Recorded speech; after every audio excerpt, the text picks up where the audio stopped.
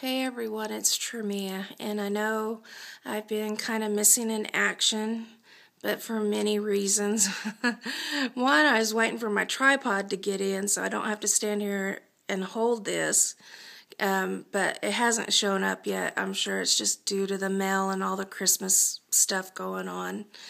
And also, I'll try to do these in orders of how the events have occurred.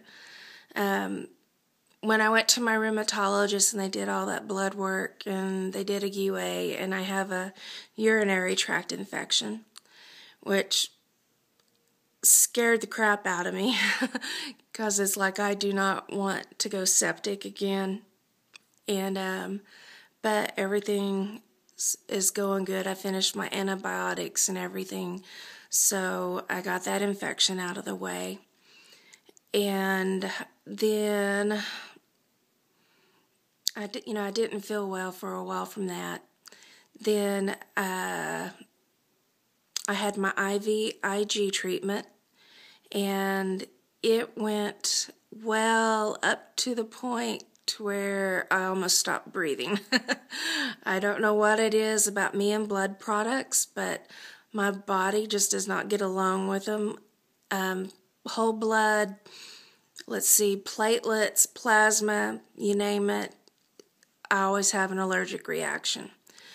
Excuse me. This is still from that. And I went in to get the IVIG, and, they pre-medicated me with 60 milligrams of Solumedrol, and then I thought it was 50 milligrams of Benadryl and IV, and then Tylenol. And I fell asleep, and then I woke up about 2 hours later, kind of itching, and I hit my call button, and I told the nurse, and she goes, well, let's just, wait just and see kind of what happens. And about 10 minutes later, my throat was getting all raspy, and I hit my call button again, and by the time the nurse made it over there, I was really wheezing, and I had brought my inhaler, and I usually don't do that, but for some reason that day I just thought, well, I'm bringing the inhaler. And, I held it up to her, and she goes, yes, yes, use your inhaler. And she hit a button, and, people come from different directions, and they got more Solumedrol down me, more Benadryl, and the inhaler, and everything opened up my airways. And I got that done and over with. Now I've learned my lesson, because I thought I thought she would know, or maybe she didn't read it, I don't know. But my infusion is supposed to go 5 hours. It's supposed to go real slow because I'm so sensitive to it. And even with all that chaos, it finished within 3 hours. So she sped me along a little bit too quickly, and also didn't pre-medicate me correctly. And when the stem cell doctor, oncologist, whatever you want to call him, when he come down to see me for my visit, she come over and told him what had happened.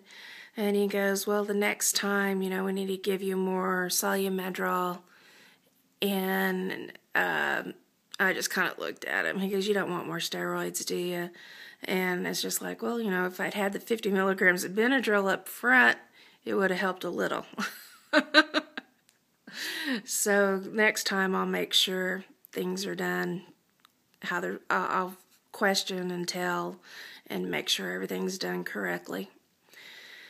And then, let's see, I had occupational therapy, and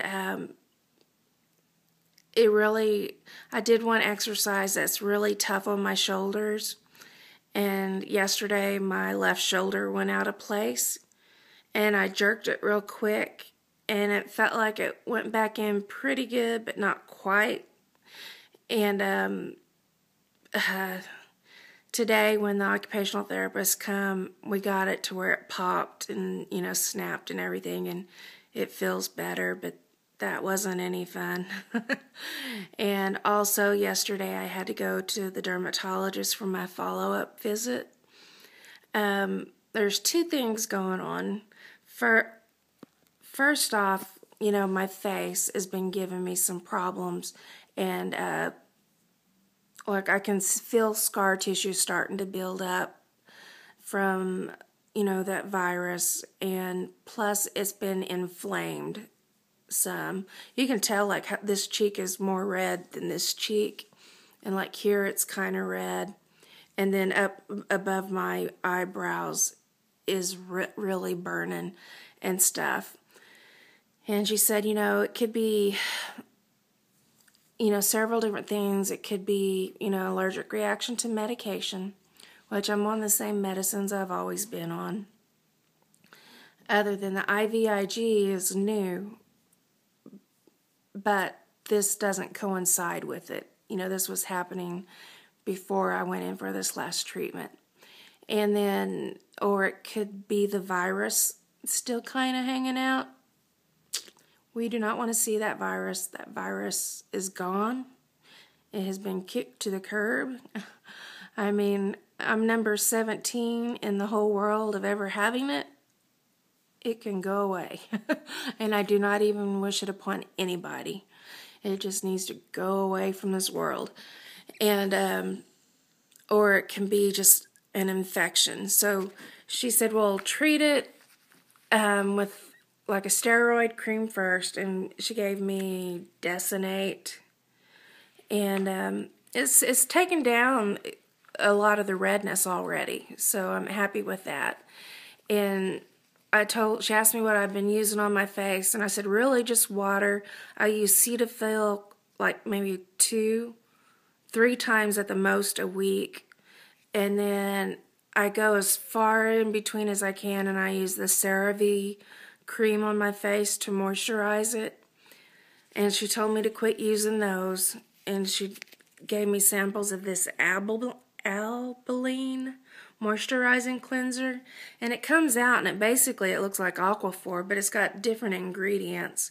But you just put it on your face, and when you put it on your face, it liquefies, and it takes off eye makeup, and like it says waterproof eye makeup, and you know, those 24-hour lipsticks and all that and stuff. So we'll see. I'm hoping, I already see an improvement, and I'm going for that because I don't want any infections. Speaking of infections, you know, and I asked the oncologist, you know, about having the UTI, and I thought the IVIG was supposed to prevent me from getting infections. He goes, the IVIG will just kind of make you like the average person. He goes, you're still going to be susceptible to regular infections, but it will help keep me from having the life-threatening infections. He goes, so having a UTI, he goes, you're done and over with, you don't have it anymore. He goes, that's good, that's what we're looking for. So we're doing good. We're heading in the right direction, and I couldn't be more happy.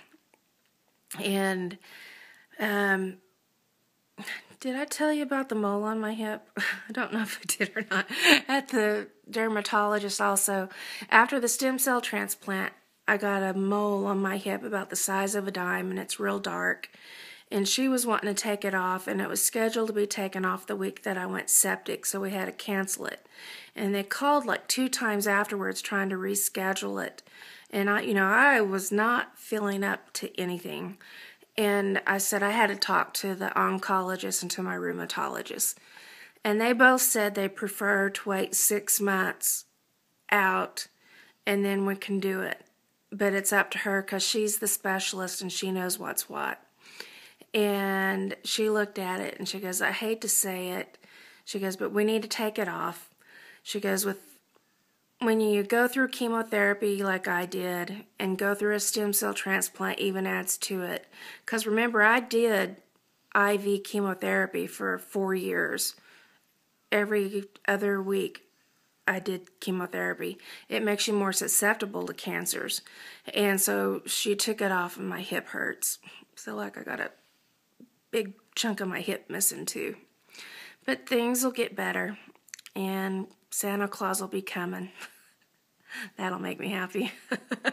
So I'll see you guys in the next video.